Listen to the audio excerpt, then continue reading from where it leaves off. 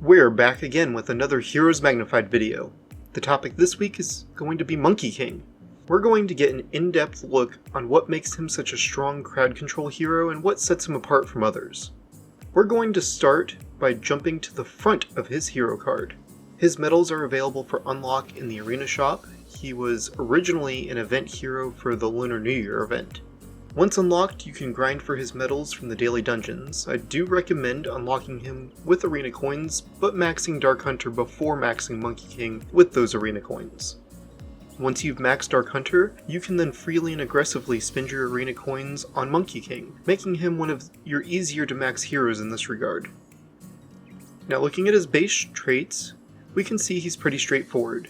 Fire, Flying, Lancer, and Mail. Being a Lancer gives him a base stun chance, which is primarily where he gets his usage. I will stress that Flying is pretty big for him, as this allows him to survive much easier to apply more crowd control from his abilities. Flipping his card over, we can see his abilities. Spear Hit, which is a single target damage and kind of meh. Combo Attack, which is AoE, and the reason we love using him for utility. Fire Staff Wave, which does a left to right sweep of the screen ultimate attack. And finally, Fire Buff, attack per second 4-star ability. We'll dig into all of these a bit more in just a moment. The 1-star ability is very straightforward. The 2-star ability is what makes Monki King so great, so dealing AoE damage is the real focus here. It does 7 AoE based attacks in rapid succession, dealing 5 times damage total, and each individual hit has a 30% chance to inflict stun. This is a massively high AoE stun rate, which is likely to stun any hero caught within its attack radius. Mr. Moogle's encyclopedia includes data from the user Usurper, which clarifies that this won't work on heroes behind the attack, only in front of it. The attack appears to start about 80 units in front of Monki King, which is relatively close in front of him, but not directly from his location. Monki King's 2-star ability is what makes him so amazing as a crowd control hero and one of the best crowd control heroes in the game. Combo Attack does 7 quick AoE based attacks that have a base AoE of 300. This can be increased with runes. As you can see, I've increased mine. I'm bringing this up again because the 7 individual hits each have an individual stun chance, and that stun chance can be increased with runes. The base stun chance is 30%, and this can be increased with runes if you choose stunning runes. I really can't stress enough how good this ability is for crowd control. Monki King's 3-star ability is called Fire Staff Wave. It deals a sweeping left to right attack, which is relatively good for clearing stages quickly. It's not an instant sweep, and sometimes it glitches and runs left from the crystal instead of right. Generally, if Monki King has spawned for staging and has passed your crystal, it will almost always go to the right. Monki King's 4-star ability is what makes him so useful for all modes in some capacity, and creates synergy for fire DPS heroes.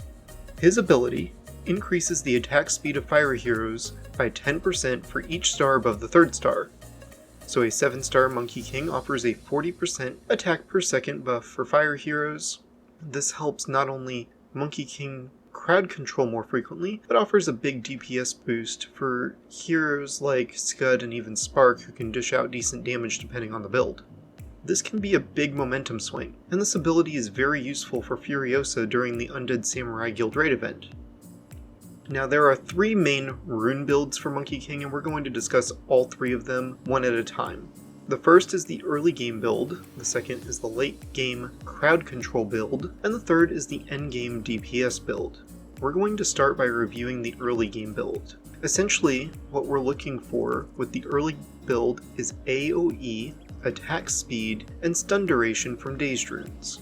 Monki King, more so than most other heroes, needs as little move speed as possible. He rushes forward early and dies too often with move speed, so if you can, you should avoid runes with move speed.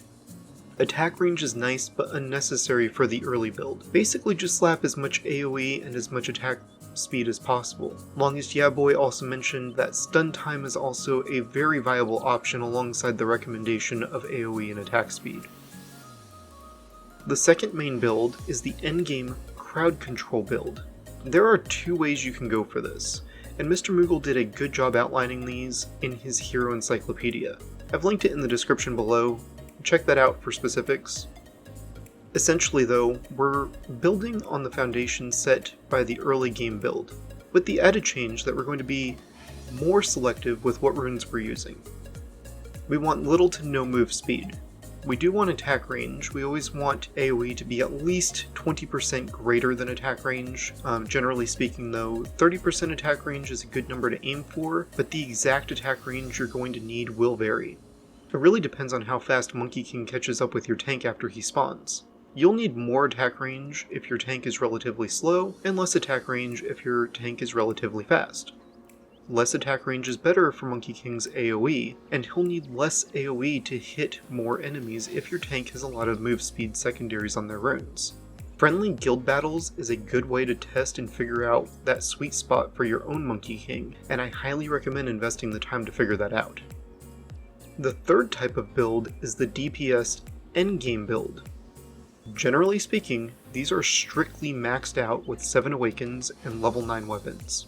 The basic gist is that you rune it with precise, swift, and damage runes with all AoE primaries. We're talking 5 and 6 star runes. You're aiming for 280% or better area of effect. Basically hits everything. Secondary focus would be attack and attack range, but you want as little move speed as possible. It's a very tricky build because the runes it requires are all needed by other heroes to some extent, and they're rare runes to find in the first place. If you were to use all maxed 6 star runes, you should have a bit over 300% AoE with no attack range. That should allow you to hit the enemy crystal almost always. Consider this the ultimate whale build when it comes to runes. Here are several of the strongest rune Monki King builds in the game and the players who run them. This is Classics, and this one is Monkeys. Now you can see that he has opted for splash runes to hit the AoE requirements and stun time with stunning runes. So a bit of a different creature there. Basta also shared this one when we discussed the DPS Monki King builds on the official Discord last month. If you've not joined the official Discord, I'd recommend that you do. It can be accessed through the settings of the game, located here in the community section. Shifting focus away from these truly awesome builds, I'd like to point out 2 heroes that do very good at countering Monki King, namely Sir Shu and Atlantis. Both of these heroes have the ability called Anti-Stun, and as the ability's name implies, they're not able to be stunned. They do still take damage from attacks that inflict stun, but they're immune to the stun effect themselves. Sir Shu is an event hero, and most players don't farm light dungeons, so a well-built Sir Shu is pretty rare. But Atlantis is relatively common given his Crusher status and frequent raid events. In the relatively near future, we will be featuring Atlantis in the Heroes Magnified series, so if you haven't already subscribed to my channel, I'd recommend you do that now, so you can catch all my videos as they come out and stay up to date on all the latest Crush Them All news and information. As I wrap up today's video, I'd like to give thanks to Medivh for making the thumbnails for the videos on this channel for so long. He is stepping back from doing these thumbnails, and we are sad to see him go. With his departure, we will be needing a new graphic artist to join the team and help out in making thumbnails. If this is something you'd be interested in helping out with, please reach out to me. I'd like to thank several Discord users who helped contribute to the content covered today, namely Aristai, Longest Yaboy, Mr. Moogle, Flocky, Kahuna, Basta, Monkey, Classic, and Belmont. I'd also like to thank users such as yourself who watch my videos and encourage me to continue making content. Your contributions are more appreciated than you know. If you'd like to support this channel in other ways, there are several things you can do. Comments, likes, and subscribing are great ways to show your support. You can also show your support financially by contributing to my Patreon. The link to becoming a patron of this YouTube channel is in the description below this video as well. And that's all the time we have for today. I appreciate you watching this video through to the very end. Thanks for watching.